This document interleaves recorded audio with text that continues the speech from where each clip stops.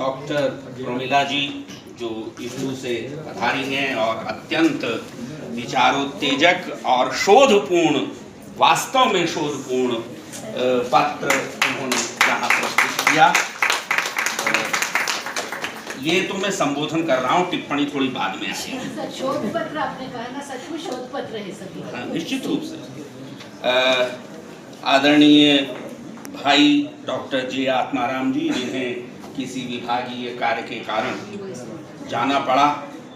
अब क्या करें, ये पुकार लग जाती है, कहीं से भी कॉल आ जाती है, तो ये काल जो है ना, काल है तो काल आ गई उन्हें। तो काल कई प्रकार की होती है, जैसे काल कई प्रकार के होते हैं, कॉल भी कई प्रकार की होती हैं। आत्मा को राम की कॉल आ जाए। तो खैर आत्माराम जी ने बहुत ही ओजस्वी वक्तव्य यहाँ प्रस्तुत किया। मैं उनकी अनुपस्थिति में उन्हें बहुत बहुत बहुत बधाइयां देता हूँ। हंसाने के लिए यार, तो मेरा दोस्त है, मजाक कर सकता हूँ। डॉक्टर वाजदा इशरत जो इस कार्यक्रम के सह आयोजक, दूरस्थ और ऑनलाइन शिक्षा केंद्र में हिंदी विभाग में कार्यरत हैं, उन्होंने बहुत ही सुंदर वक्तव्य प्रस्तुत किया और थोड़ा हट करके रीति से बाहर आने की कोशिश की। ये रीति या परिपाटी का जब तक आप अतिक्रमण नहीं करते तब तक आनंद नहीं आता। सारी गड़बड़ यही हो गई कि इतनी ज्यादा रीति हो गई रीति काल में कि लगा यार ये इस रीति ने तो गला घोट दिया हमारा। तो उससे एक तरह से जिन लोगों को गला घुटा हुआ सा महसूस हो रहा था, वो कहने लगे अरे ये तो बड़ी अनैतिक बातें कर रहे हैं। अनैतिक बातें नहीं कर रहे थे, वो वही बातें कर रहे थे जो शताब्दियों से, सहस्राब्दियों से मनुष्यता के इतिहास में होती रही हैं, लेकिन वो कुछ ज्यादा हो गई थी और अति सर्वत्र बढ़ रही थी। और उसमें भी रीति में से आप र पर से ई की मात्रा हटा दीजिए तो वह रह गया वहां, केवल और कुछ बचा ही नहीं। जो शेष था वो तो आप कह रहे नहीं साहब, वीर रस भी था वहां, धर्म भी था वहां, नीति भी थी। कहां थे? सब हाशियाकृत समुदाय थे। ये तो उस रीति काव्य के ये तो फुटकर के खाने में जाते हैं। तो खैर आदरणीय वाजदा जी ने जो है भूषण को लेकर के अपना वक्तव्य प्रस्तुत किया। डॉक्टर बलविंदर कौर ने अपने नाम के अनुरूप कौर का निर्वाह करते हुए वे चंडी चरित्र और जफरनामा तक गई। बहुत ही सुंदर वक्तव्य, अत्यंत जानकारीपूर्ण। हमें उन्हें रोकना पड़ा, इसके लिए हम क्षमा प्रार्थी नहीं हैं, क्योंकि अपनों से माफी मांगना बनता नहीं ना। यारी दोस्ती में वो क्या कहते वो दोस्ती में no sorry no thank you, यही रीति है सर, यही रीति। खैर डॉक्टर संतोष राठौर जी ने बहुत ही सुंदर ढंग से अतीत और वर्तमान को एक सेतु की तरह बड़े संतोष पूर्वक जोड़ने का कार्य किया। मैं आपको भी बधाई देता हूं। डॉक्टर रजनी धारी ने, जो कि हिंदी महाविद्यालय की विभागाध्यक्ष हैं हिंदी की, उन्होंने एक प्रकार से जिसे कहें कि आरंभ में चीज़ों को बहुत अच्छी तरह संभाला और एक प्रकार से जो रीति काव्य है उसका एक परिपूर्ण चित्र हमारे सामने प्रस्तुत किया। तो जो भोजनोत्तर सत्र हैं उनके सामने यह चुनौती रहेगी कि जो बातें इस सत्र में कही जा चुकी हैं वे उन्हें ही दोहराएंगे। इस चीज की गारंटी दी जा सकती है, क्योंकि यहाँ सब कुछ कह दिया गया। लेकिन मुझे है साहब 2-4 मिनट कहाँ गए संयोजित? हाँ, मैंने जो नाम नहीं लिया मैं वहां से शुरू करता हूँ। डॉक्टर पुष्पवल्ली जी ने बहुत ही संक्षेप में और बड़े विद्वत्ता वैदुष्यपूर्ण ढंग से रीति मुक्त काव्यधारा जो है उसे स्थापित किया। और एक प्रकार से देखिए, पूरे रीति काल में आप मुझे ये कहने के लिए क्षमा करेंगे, हम सब अपने अपने पाठ रचते हैं। तो मेरा जो पाठ है, मुझे जो कहना चाहिए कि एक प्रकार से मेरे हृदय के निकट लगता है, वह है कि रीति काल की सारी कविता का सार रीति मुक्त काव्य है। रीति मुक्त काव्य काव्य है, जबकि रीतिबद्ध और रीति सिद्ध काव्य जो है वह रीति सिद्ध को तो जो रीतिबद्ध है उसे तो आप जानते ही हैं कि वो जो आचार्यत्व है, और उस आचार्यत्व ने कवित्व की अनेक बार हत्या की है। इसे आप नहीं नकार सकते। आप भले ही ये कहें कि नहीं साहब हमें रीति काल की जरूरत है, क्यों नहीं जरूरत है, जरूरत है। अगर हम मनुष्य हैं तो हमें, यदि हम रस की भाषा में बात करें तो हमें सभी रसों की आवश्यकता है, सभी रसों के काव्य की आवश्यकता है। एक पूर्ण मनुष्य तभी बनता है जबकि वह सारे रसों का एक प्रकार से आस्वादन भी कर सकता हो, सारे रसों का सृजन भी कर सकता हो, या कहूं कि सारे रसों को जी सकता हो।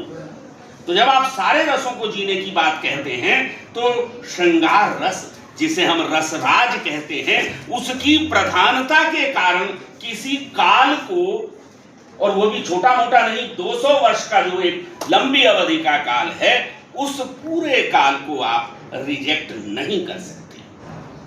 तो असल चीज क्या है कि हमारे विश्वविद्यालयों में समस्या यह हो गई है धीरे धीरे कि ब्रज भाषा को समझने और पढ़ाने वाले अध्यापकों की कमी होती जा रही है। तो ये जैसा आरंभ में हमारे श्यामराव जी ने कहा था कि पाठ्यक्रम से टेक्स्ट गायब होता जा रहा है। रीति काल के टेक्स्ट को पढ़ने की जरूरत है।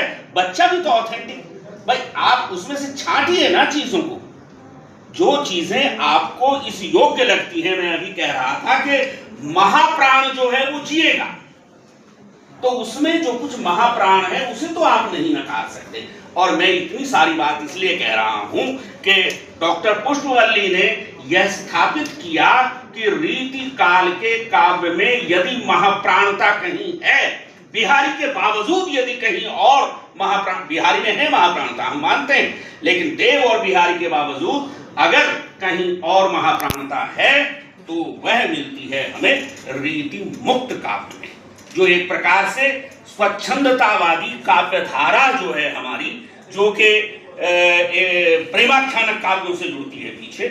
अब प्रेमाख्यानक काव्यों की परंपरा और पीछे जाकर के संस्कृत में जुड़ेगी, क्योंकि समस्या वही है कि ये जितने एक शाखा पर लटके हुए लौकी हैं, इन सब की चोटी तो एक ही जगह है, इन सब का शिखर जो है, इन सब की चोटी एक ही जगह है, और वह है जिस भावधारा, जिस सांस्कृतिक चिंतन धारा का हम अनुकरण करते हुए आज तक आए हैं, उस चिंतन धारा का शिखर।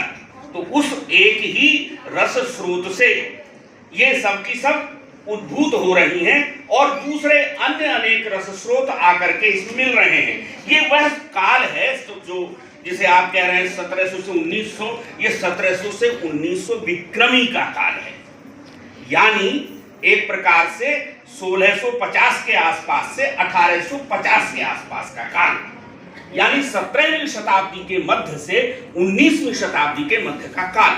ये 17वीं शताब्दी से 19वीं शताब्दी के मध्य का जो काल है, यह वास्तव में मुगल सत्ता के उत्कर्ष और पतन दोनों का जो ग्राफ है उसे साकार करने वाला काल है। और उसी के अनुरूप इस समय की जो कविता है, केवल कविता ही नहीं, इस समय का जो संगीत है, इस समय की जो कला है, इस समय का जो स्थापत्य है, वह चरम को पहुंचता है और फिर पतन की ओर भी जाता है। तो हम रास से इनकार नहीं कर सकते, क्योंकि अगर रचना जनोन्मुखी नहीं रहेगी तो वह चाहे जितने रस छंद अलंकार श्रृंगार और वीर रस सबसे भरी हुई हो, भक्ति से भरी हुई हो, लेकिन यदि वह लोक की तरफ उन्मुख नहीं है, जन की तरफ उन्मुख नहीं है, तो उसे, जिसे आप कहते हैं कि कालातीत हो जाना पड़ेगा, काल के पटल से हट जाना पड़ेगा, और रीति काल का दुर्भाग्य यही है। अन्यथा फिर मैं लौटता हूं कि रीति मुक्त काव्य जो है वह अत्यंत श्रेष्ठ काव्य है, और ऐसा काव्य है जो हमें भक्ति काल प्रेमाख्यानक काव्य से लेकर के छायावाद और आजकल के जितनी गीतों वाली जो परंपरा है साहित्य की, उस सब के साथ जोड़ता है। तो मैं डॉक्टर पुष्पवल्ली जी को बहुत बहुत बधाई देता हूं कि उन्होंने स्वच्छंद प्रेम की, प्रेम ही नहीं, स्वच्छंद प्रेम की इस प्रवृत्ति की ओर संकेत किया। आप देखें, अब आप वहीं रख करके देखें, एक तरफ आप घनानंद और बोधा के प्रेम को देखें, और दूसरी ओर आप बिहारी के यहाँ देखें, या कहें कि मतीराम के यहाँ देखें। आप कह रहे हैं साहब इसमें देखिए, थोड़ा सा तो हमें तय करना पड़ेगा कि जब 19-20वीं शताब्दी के आरंभ में महावीर प्रसाद द्विवेदी या रामचंद्र शुक्ल यदि इस काव्य को खारिज कर रहे थे, तो उसका कारण क्या था? उसका कारण उनके अपने समय की परिस्थितियां थी।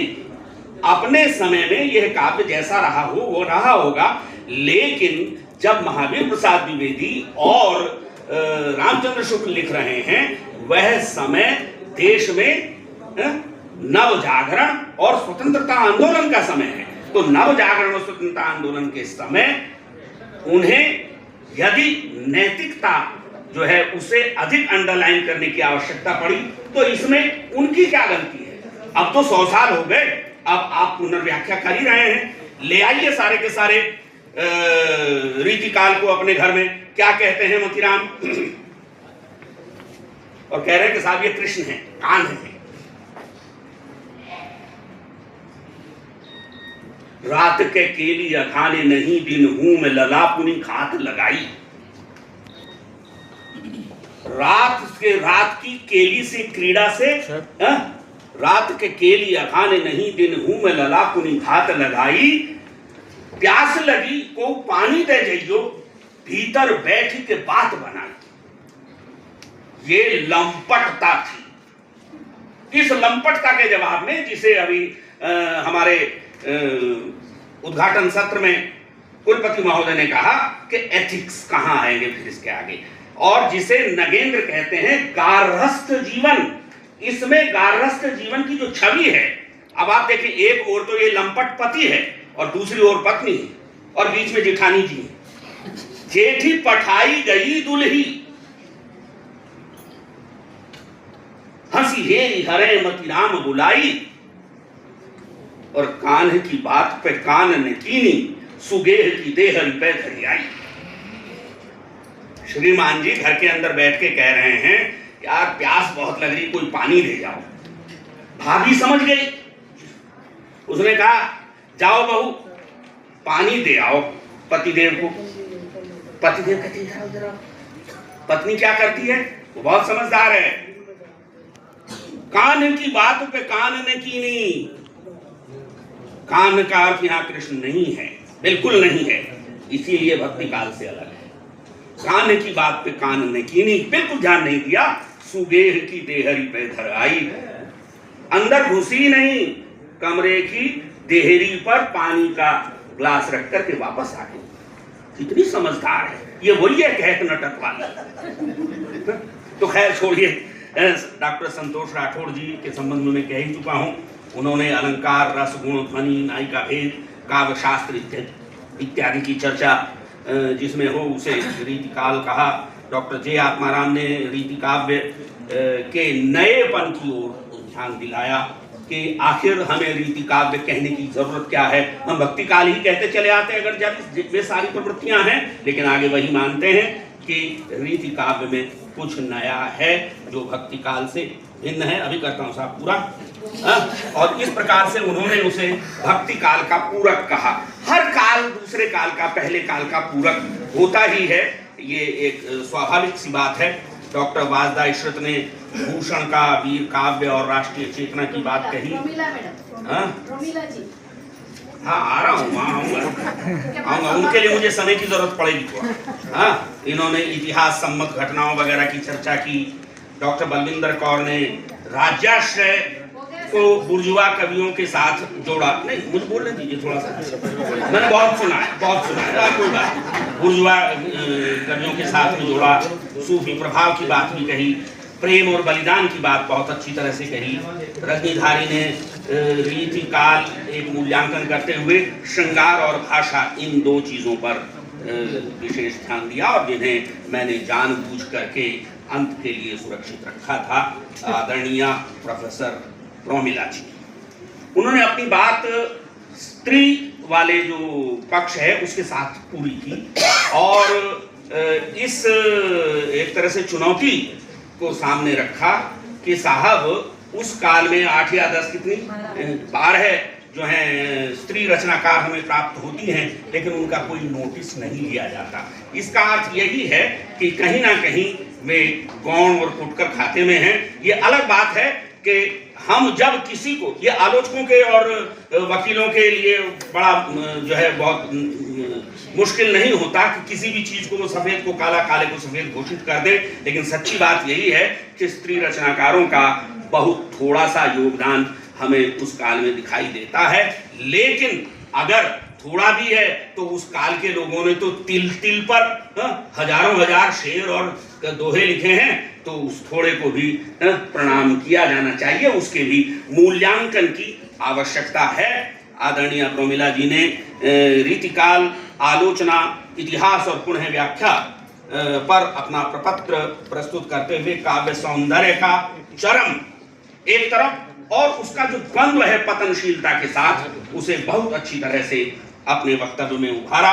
उन्होंने नकार और संवाद के बीच की जो स्थिति है कि या तो हम इसे नकार देते हैं, तो आज स्थिति ऐसी है कि हम रीतिकाल को नकार कर नहीं चल सकते, उसे स्वीकार करना पड़ेगा, उसके साथ संवाद करना पड़ेगा, लेकिन उसमें सभी अच्छा ही अच्छा है ऐसा कहना उचित नहीं होगा।